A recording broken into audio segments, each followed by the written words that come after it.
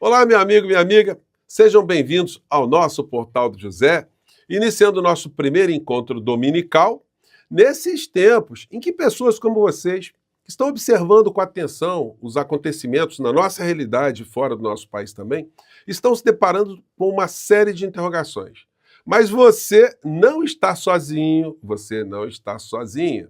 Essas interrogações, elas derivam de muitas encruzilhadas que nós estamos vendo se apresentarem para determinados povos, nações, alguns movimentos, algumas situações derivadas de frases de efeito, de bravatas, de extremismos, enfim. E aqui no Brasil não está sendo diferente.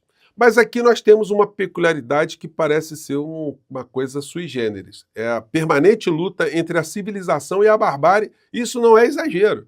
Porque uma sociedade civilizada, elas tem que estar baseada em princípios éticos, morais, que são colocados dentro de um ordenamento jurídico, de um modelo jurídico que todo mundo respeita. Isso é que dá tranquilidade das pessoas viverem em paz. Quando você tem um segmento da sociedade que transgride, que não quer aceitar esse modelo, que quer corromper esse modelo, quer destruir esse modelo, pratica crimes e depois quer uma impunidade, de fato, se isso acontecer, a gente fica na terra de ninguém. A gente volta, de fato, para a barbárie. A época onde a força se impõe sobre o direito, se impõe sobre a racionalidade, se impõe sobre as coisas mínimas necessárias para se viver em paz numa sociedade. Bom, eu vou trazer aqui para vocês os últimos acontecimentos que estão se dando aqui no nosso país, mostrando que a civilização está avançando em direção à barbárie para colocá-la dentro de uma jaula e, pelo menos, para conter uma grande parcela que ainda pensa em fazer algum absurdo contra todos nós. Bom, antes de entrarmos nos temas, quero convidar você que está chegando agora no nosso portal ainda não é inscrito, para que, em primeiro lugar, você se inscreva aqui conosco e venha participar das nossas atividades, assista os nossos outros vídeos, compartilhe, dê seu joinha, seu comentário, e se puder, venha também para o nosso clube de membros. Você aqui é muito bem-vindo e muito bem-vindo. Gente, começando com esse editorial aqui do Estado de São Paulo, desse domingão, porque ele sublinha, né, isso que eu estou falando para vocês na nossa abertura. Golpismo continuado. Fiel à sua irrefreável índole golpista, Bolsonaro iniciou uma campanha de deslegitimação da Procuradoria-Geral da República e do Supremo Tribunal Federal, bastante reveladora da fraqueza de sua defesa jurídica e de seu desespero. Ou seja, o Bolsonaro ele transgrediu tanto que ele sabe que ele não tem defesa técnica, não tem defesa jurídica, defesa racional. Então o que ele faz? Ele quer melar o jogo, ele quer corromper o árbitro, bater no bandeirinha, quer fazer buraco no campo, quer colocar a torcida, enfim, barulhenta, quer jogar fogos no estádio, enfim, está querendo alguma coisa. E para isso ele conta com muitas pessoas que aderem a essa figura por desinformação, por fanatismo, por fazerem parte de uma seita. E aí o Estadão vai traçando aqui a opinião no editorial, que é um editorial que representa segmentos importantes da sociedade brasileira. Diz aqui o editorial: pois o mesmo espírito golpista que animou Bolsonaro antes, durante e depois de seu mandato presidencial segue inspirando a sua defesa diante das gravíssimas acusações feitas contra ele pelo Procurador-Geral da República, Paulo Gonet, no dia 18 passado. Eu sublinhei esse pedaço aqui porque nós não podemos perder de vista que o Bolsonaro ele está sendo acusado, denunciado, não especificamente pelo dia 8 de janeiro. Porque o argumento dele é o seguinte: não, no dia 8 de janeiro eu não estava nem no Brasil, no dia 8 de janeiro eu não estava no poder, no dia 8 de janeiro eu não estava isso. E muita gente vai caindo nessa armadilha. Na verdade, o 8 de janeiro é simplesmente o fato final de todos os crimes que ele cometeu durante o mandato dele. É sobre esse comportamento e sobre os desdobramentos desse comportamento é que ele está sendo julgado. Se uma pessoa tenta cometer o crime de envenenamento de uma outra, né, e vai praticando envenenamento todos os dias durante 3 anos, e a pessoa morre no dia 8 de janeiro, os fatos que a pessoa já colecionou para ficar incriminada já vem de antes, e não apenas o resultado final, né? Bom, isso só para dar uma ilustrada aqui. E aí, isso tudo está fazendo gerar alguns debates que eu comecei a jogar aqui para vocês. Onde Bolsonaro pode ser preso caso seja condenado por tentativa de golpe de Estado. Todos os especialistas estão dizendo, olha, na prisão militar ele não vai ficar não, ele vai ficar na prisão comum, agora vão organizar ali uma prisão comum para ele, uma sala especial, enfim. Mas ele vai para Papuda, Bangu 8, ou vai para uma instituição congênere. Ele só não vai se ele conseguir fugir. Mas as coisas estão ficando muito evidentes em relação a uma estratégia de fuga. Eu não posso acreditar que ele não esteja absolutamente monitorado. Se ele cometer um deslize, ele vai tomar uma prisão preventiva. Na CNN, Bolsonaro diz que não fugirá para evitar prisão. É melhor ficar aqui. Gente, chega a ser uma coisa ingênua, né?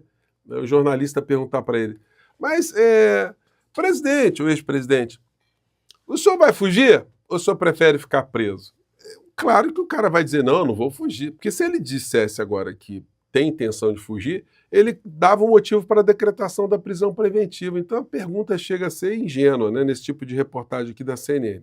Compartilhar aqui com vocês. Bolsonaro disse que não pretende deixar o Brasil para evitar uma eventual prisão a ser decretada pelo Supremo Tribunal Federal.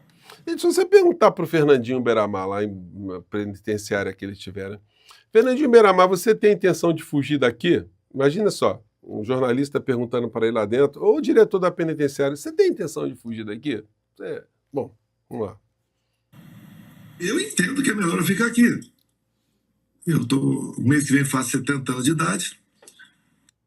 Então, gente, é uma coisa assim chega a ser ingênua, né?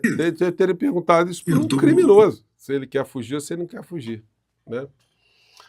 A ameaça de Moraes a Cid abre brecha para contestar a delação que implicou Bolsonaro. Matéria da Folha de São Paulo que está adotando uma postura absolutamente esquizofrênica, e não profissional, porque eles poderiam se ater ao que diz a legislação, quando ele diz assim, seguinte, né, que a ameaça de Moraes a Cid. O Alexandre de Moraes não ameaçou o Cid. Então, quando o juiz, em qualquer audiência, quando ele informa para a testemunha que se ela disser mentira, que ela vai para a cadeia, ele está ameaçando? Ele está informando. Agora, a ameaça quem faz é a lei, e não aquele que é o porta-voz daquilo que está dizendo a lei.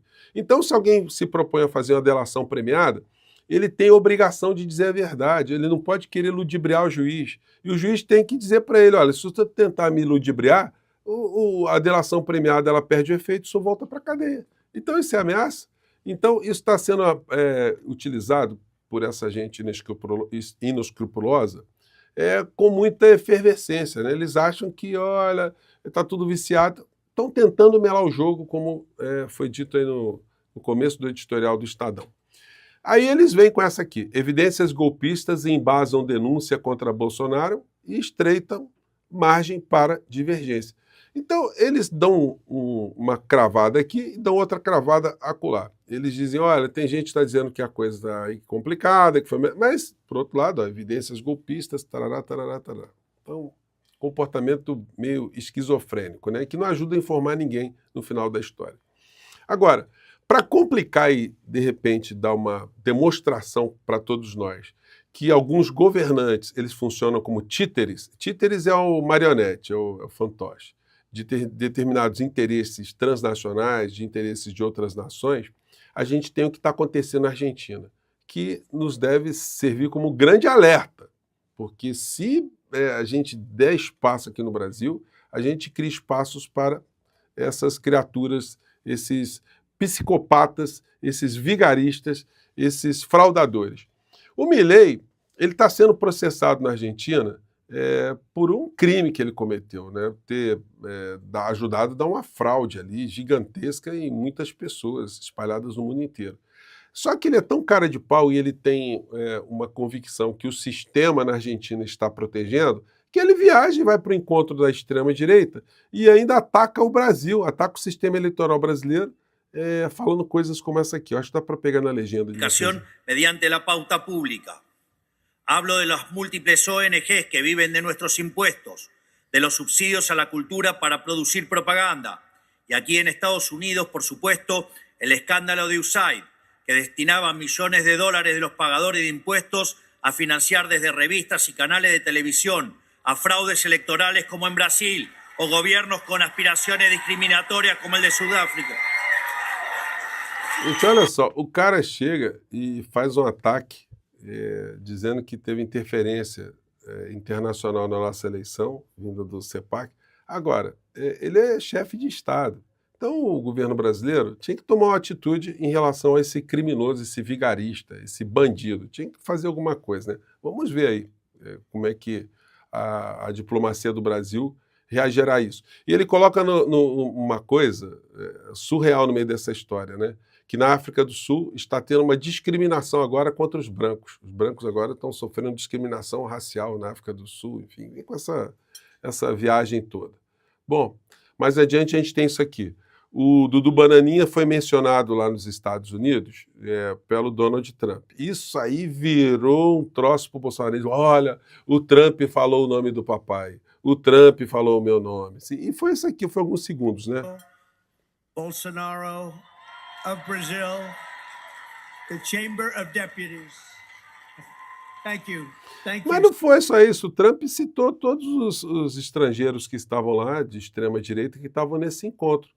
E aí eles estão fazendo disso uma farofa tão grande que me lembrou até uma cena do filme Mad Max, né, filme que vocês todos devem ter visto em algum tempo, e onde um dos personagens ali, da trama, ele recebia um spray, né, no rosto, né, do líder. Aí o líder chegava e jogava um spray no rosto do cara, e aquilo deixava o cara totalmente eufórico. Olha, o líder jogou um spray na minha cara, olha só. E aí eles partiam lá para um ato extremado. É mais ou menos isso que está acontecendo, né? Essas criaturas veem esse tipo de situação que aconteceu nos Estados Unidos e acham que isso é o passaporte para libertar o bandido da cadeia. Bom, e fechando aqui o nosso encontro, vamos falar aqui do que aconteceu ontem. O Lula, no encontro do PT, do aniversário do PT, ele deu uma sapecada aqui de novo na questão da comunicação. Vamos ver. Essa é a tarefa do PT. Cabe ao governo fazer as coisas corretas e dar informação para vocês. Porque o governo que não dá informações, às vezes não tem como o militante defender. Presidente, eu estou falando isso aqui, cobrando desde o começo o Paulo Pimenta, para que isso acontecesse, houvesse uma comunicação melhor, porque a comunicação ela politiza, ela dá ferramentas, e que se isso não fosse feito, a derrota eleitoral do progressismo em 2024 seria gigantesca, e foi exatamente isso que aconteceu. Mas vamos lá, o presidente parece estar se tocando de algumas coisas. Que nós não demos as informações. Eu fiz uma reunião ministerial faz mais ou menos 20 dias. E eu descobri na reunião, que o ministério do meu governo não sabe o que nós estamos fazendo. Não sabe. Presidente, se eu fizesse live todo dia de manhã cedo, chamasse os ministros, explicasse ali para a sociedade o que está acontecendo, todo mundo saberia. É que a gente tem cobrado aqui. Eu não sei se a comunicação do governo Lula vai mudar alguma coisa, né? Esperamos que sim, porque eu acho que está demorando já bastante para alguma coisa ficar mais eficiente. Olha, se o ministério não sabe, o povo muito menos. Então, companheiros, agora vocês vão saber. E agora é o seguinte, não tem mole. Não tem mais mentira contra nós. Cada mentira tem que ser respondida no pé da letra. Cada mentira tem que ser respondida. Eu tenho dito o seguinte, 2025 é o primeiro ano da colheita. E segundo é o ano em que a verdade vai definitivamente derrotar a mentira no Brasil e no mundo. Um abraço, parabéns, PT.